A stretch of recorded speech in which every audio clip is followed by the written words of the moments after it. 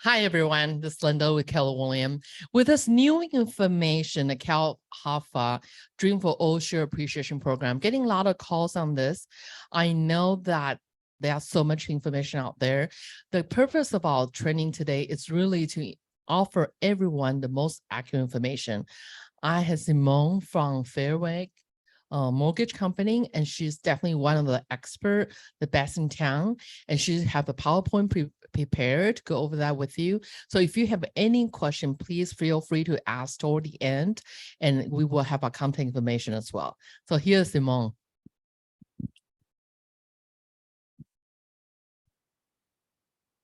Thank you, Linda. Happy Wednesday, everybody, and thank you for joining us. Get settled into my chair here. So today we are going to talk about Cal Hafa's Dream for All, the shared appreciation program here. So as you can see on this first page, this is what the program is called, Dream for All Appreciation Program. So we're going to click, and my little clicker's not working. Okay. 1 second here.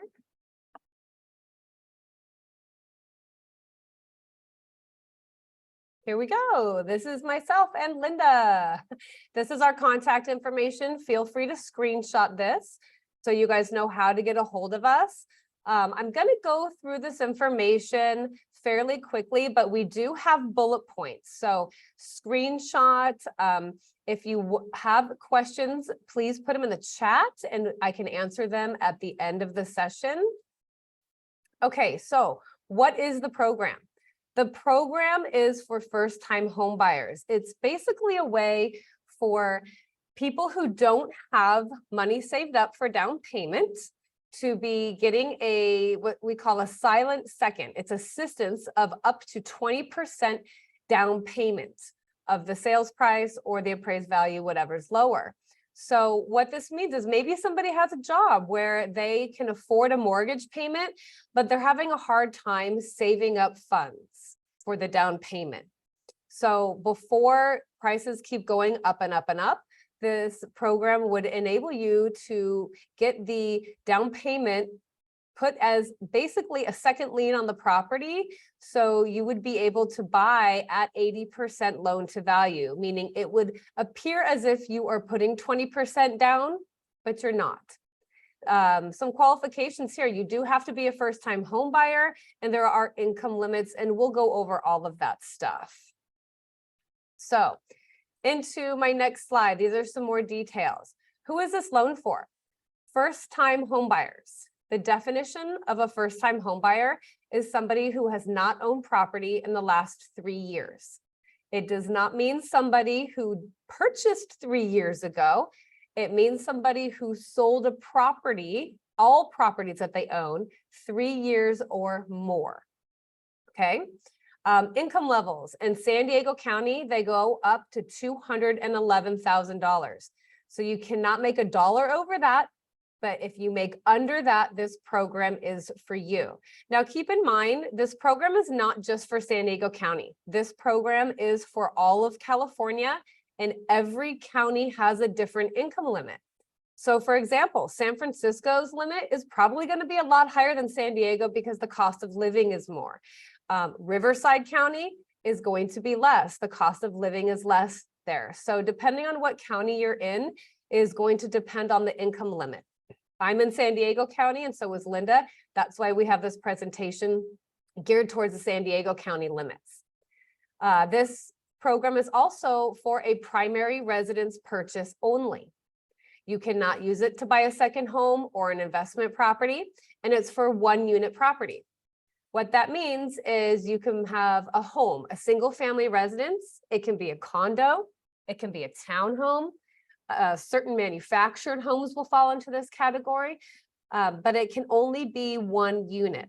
And so if you're thinking, would that house down the street with the ADU in the backyard work? Nope, it's not going to, because that's 2 units, because there is a separate unit, the accessory dwelling unit or granny flat, you might want to call it, that would not work. It's just for 1-unit properties.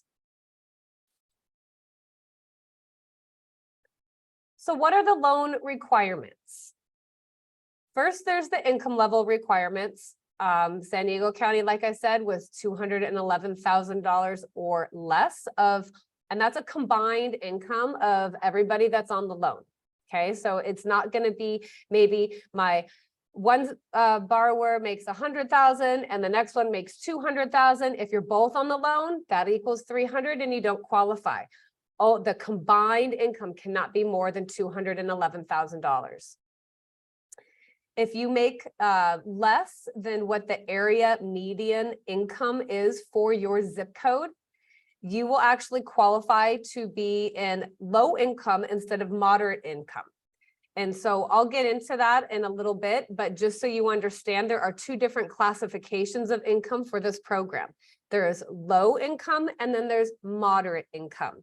And so the payback on those, the percentage of payback will vary depending on the income level that you fall into. Also, depending on the income level that you fall into will be the FICO score requirement, your credit score. So the credit score needs to be from 660 to 680. If you are a borrower with less or equal to the Home Ready 80% AMI income limit, you can have a score of 660. If your income is greater than the Home Ready 80% AMI income limit, you can have 880, or excuse me, you need to have 880 or above. So what is Home Ready 80% AMI income limit? It's basically a tool that Fannie Mae has out there, and you can Google it or you can ask me for it. And it's a lookup tool. You go Home Ready lookup tool, slap that in Google, and you put in your zip code. Okay, this is zip code specific, not county specific, but zip code specific.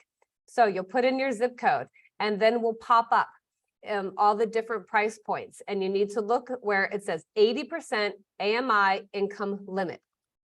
That is going to be the number. So just for an example, if that number is $80,000 and you make under that number, then you would qualify for somebody that would be less than the 80% AMI number. And your credit score could then be 660. And the opposite is true as well. If you made $81,000 in that certain zip code, then your minimum FICO score would need to be 680. The debt to income ratios, they also will depend on what income level you were at and where you need to be. So for example, 45% debt to income ratio, if your FICO is under 700. 50, you can go up to 50% if you have a FICO score 700 and above. These can make a difference in how much you guys qualify for. For those of you out there that don't know what debt to income ratio means, it means we look at your monthly debt and we divide it by your monthly income. Now, depending on how you're paid, how we're going to calculate your monthly income is going to vary. So you will have to reach out to me so I can calculate that for you and tell you where that is at. But that's how lenders are going to calculate debt to income ratios. And the things that we do consider in debt is going to be obviously the debt in the new place that you're trying to purchase. The principal and interest payment is in there, the insurances, the HOA, if there is any, property taxes, if there is any, and mortgage insurance, if there is any as well. So then we'll pull your credit, and things that show up on your credit report, we will hit you for. The next thing to mention is a loan to value cannot exceed 97%, and the combined loan to value cannot exceed 105%. What is loan to value? Loan to value is you take how much your loan is divided by the sale price of the home or the appraised value, whatever's less. So if you buy a home for $500,000 and you put 20% down, your loan amount is going to be $400,000. So 400,000 divided by 500,000 is 80%. That's how we get that number.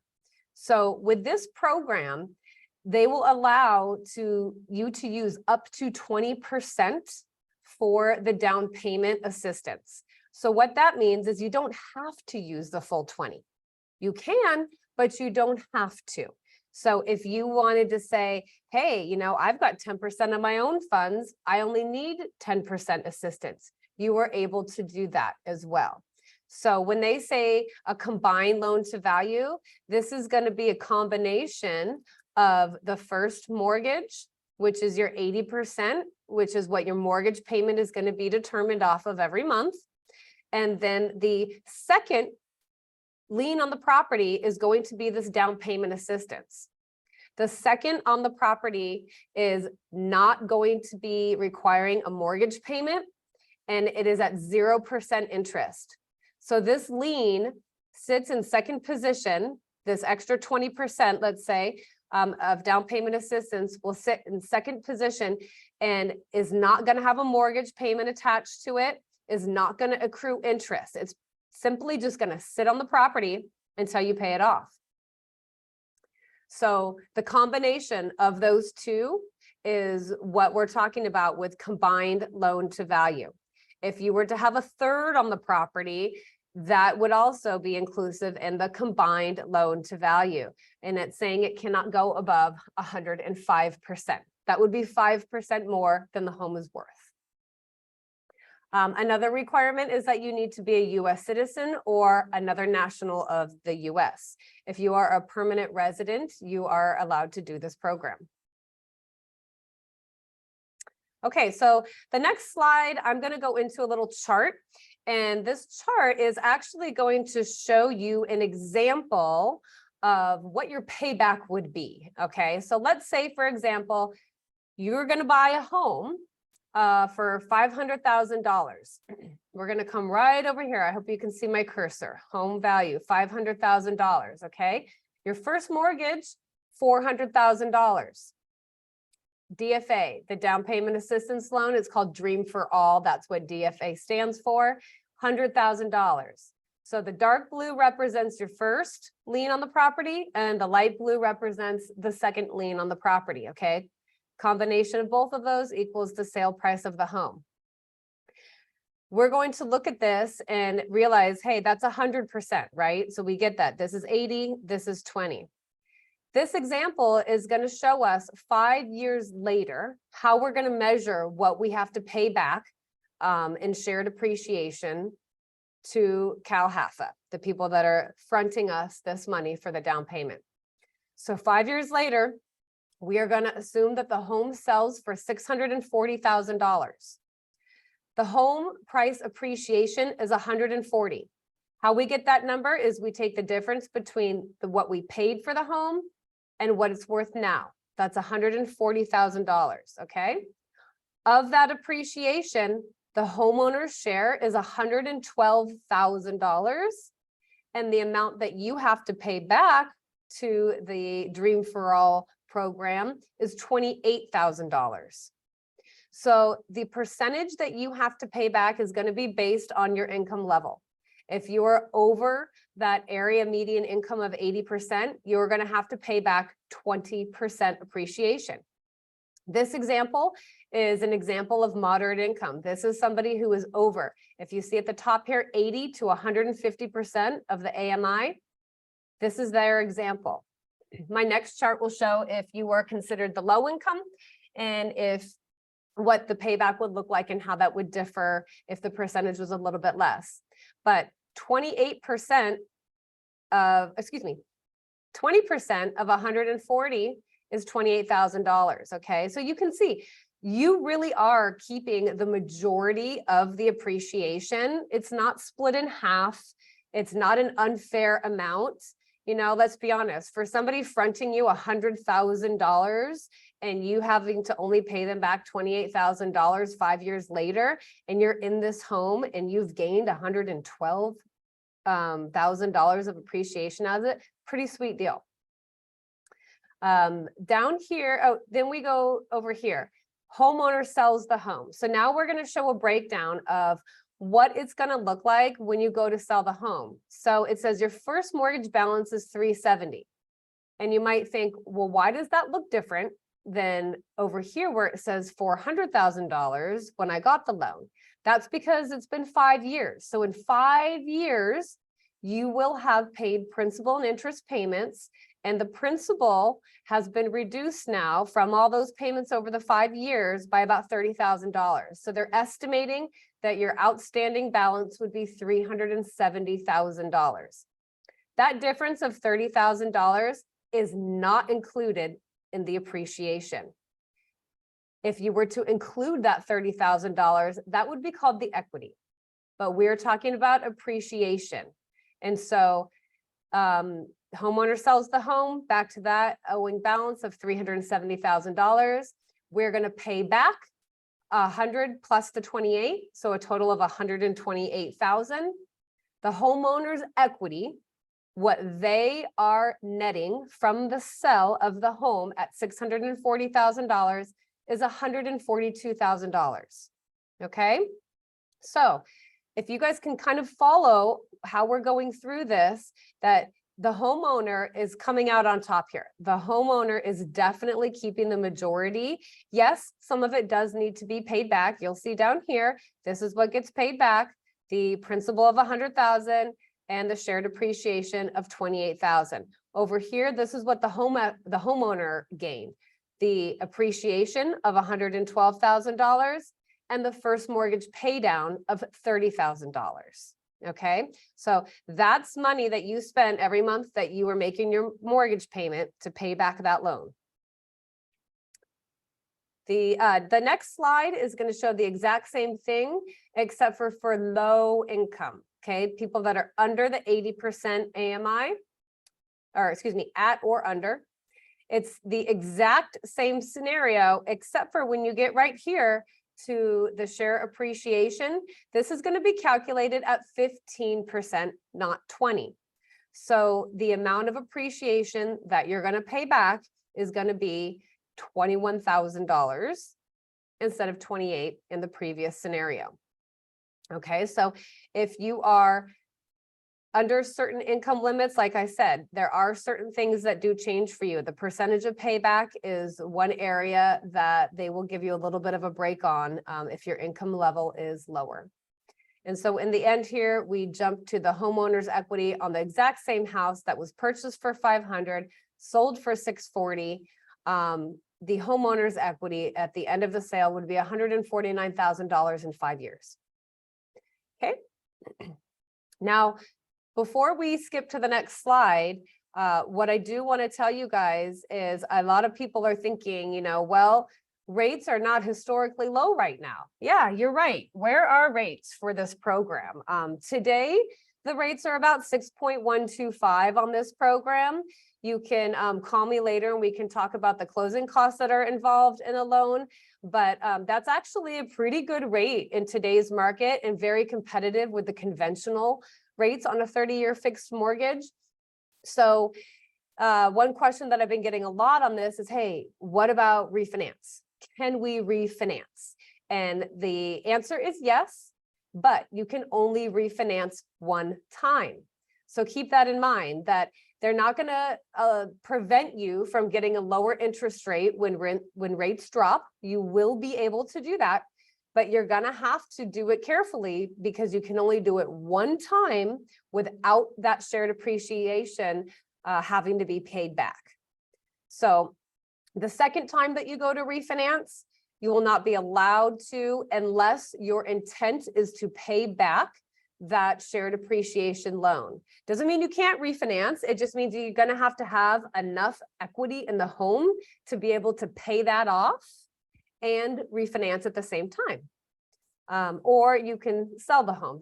That'll be an option too, but there's going to be a lot of people who maybe want to stay in the home longer and they just want to get a better interest rate. So for those of you that are out there that would pertain to, just know you are allowed to one time. So definitely reach out to whatever loan officer you're working with on timing of that, because you want to be educated and when the right time is for you to take advantage of that one-time refinance. Home buyer education. Because this is an assistance program and it is funded by the state, there is a required home buyer education. So only one of the person that is going to occupy the home and be on the loan needs to complete the education. So if it's 2 people on the loan, only one of them has to complete it. The certificate is good for a year. So that doesn't mean you need to redo it every year. It means that if you do the home buyer education and you don't find a property for a few months, that certificate is good for up to a year. You wouldn't have to renew it and go through the home buyer education again, unless it took you longer than a year from the time that you completed that to find a home. These classes are available online or in person.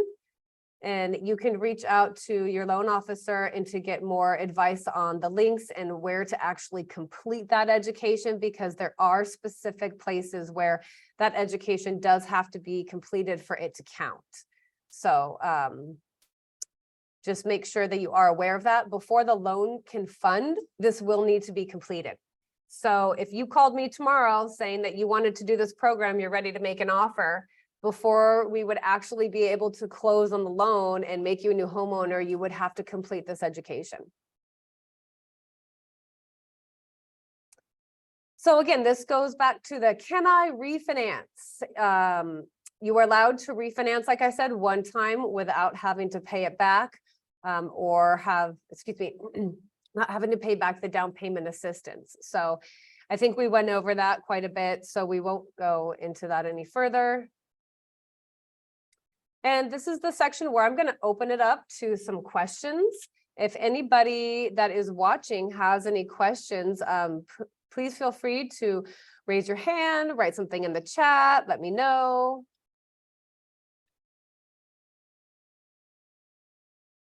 Can you give an example of like what would be below 80%? For example, if we use 92129, for example.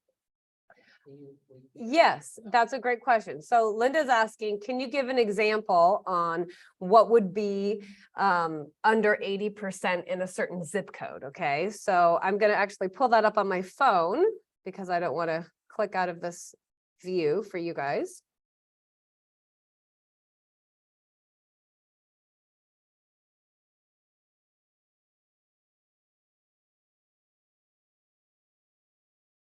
Okay, Linda, so what zip code? 92129. That's the zip code we're going to use. And what I did is I went to the Google search bar and I looked up Fannie Mae Home Ready lookup tool. And the little search bar comes on. And you just type in.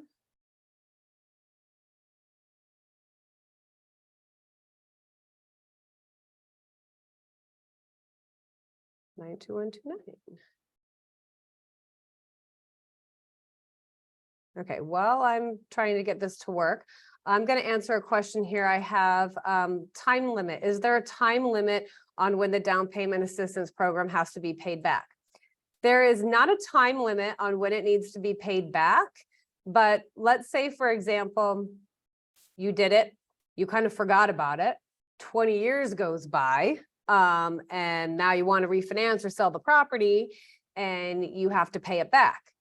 Is there there's not a penalty for it being 20 years, but the longer the time goes by that it's not paid back, the more of the appreciation you are going to have to pay back with it. So, you know, and then I get the question, well, what's the sweet spot? You know, the sweet spot is when you have enough equity to pay back the loan and continue to stay in the home. So the answer to that for everybody will be different based off of your loan amount and the sale price that you pay for the home and how much assistance you actually take. So there is a cap. There is a cap on how much appreciation you do have to pay back. So that's 2.5% of the loan, or excuse me, the sale price. So the cap would mean that if you're paying back, let's say 15% or 20% of the appreciation, when I say 2.5% of, that's going to be 250%.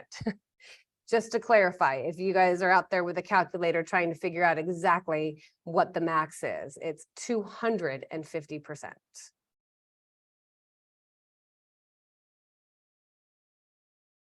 So Partial pay down.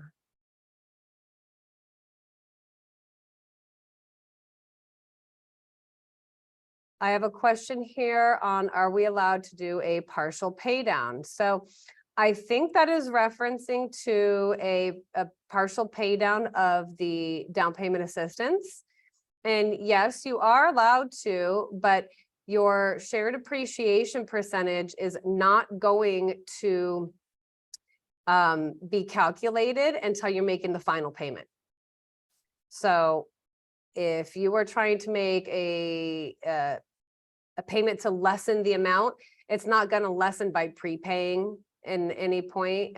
They're only going to measure the marker of the shared appreciation from the time that the final payment is received.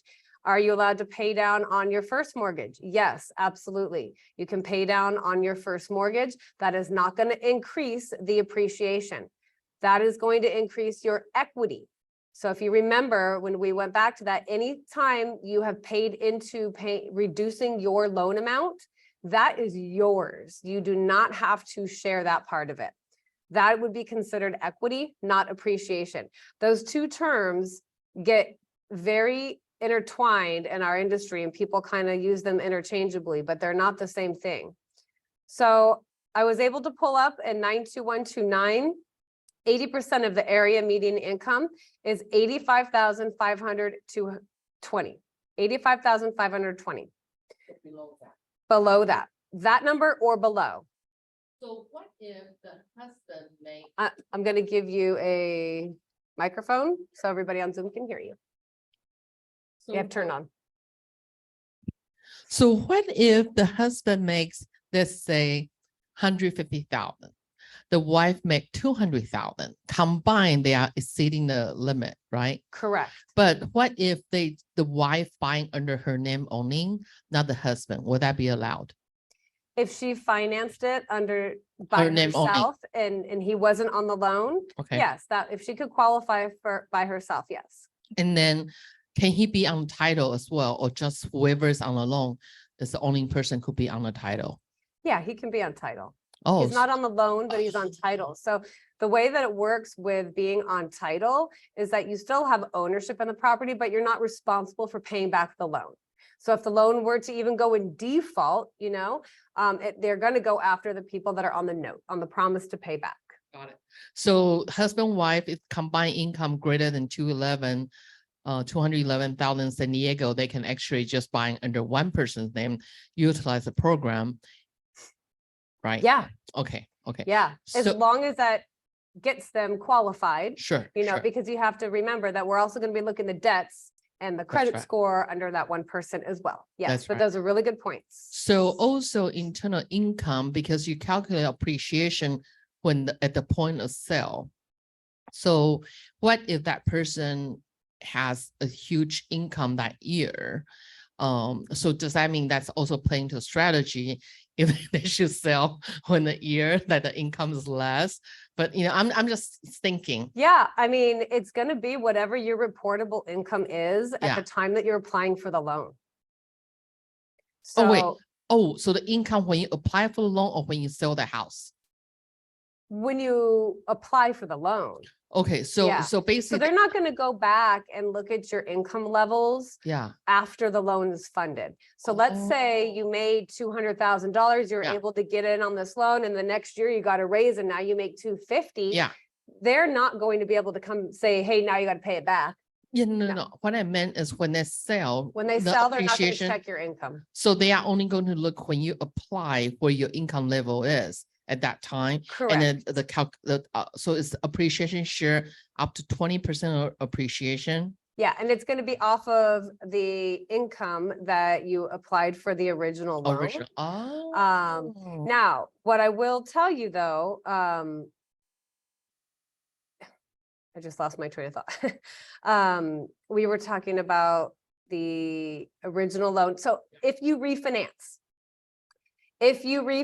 and now you make more money, you might be in the position where they're not going to approve the refinance for a lower rate because now you're over that income limit. So the rules are still Sure. going to apply. So, Sure. you know, if you were the person who made $200,000, got the loan and then got a raise to 250, well, now you're not going to be able to refinance because you're not going to be within that income limit. So you would have to wait to refinance until you had enough equity to pay it off. Okay, and then for this program, it's say like amount of money set aside in the state. So is a limit how much budget there is, or as Yeah, many there people is. there I don't is? know what the limit is, but you do Okay. have to reserve a spot. So, Oh, when somebody goes into escrow and they have an executed contract, then the lender will apply to reserve a spot for them. got it. So once the fund is used up, this program is no longer available. It's no For- longer going to be available when it's depleted if it doesn't get reestablished with more funds. Got Correct. it. So, you know, like a lot of bond programs, you know, they run them all the way down and then they'll reestablish them. There hasn't been any communication to us on if and when that's going to happen because it just came out. So I encourage people to, you know, the sooner the better to come in and take advantage of this. Just going back to the cap again, it's 2.5% of the loan amount that you take originally.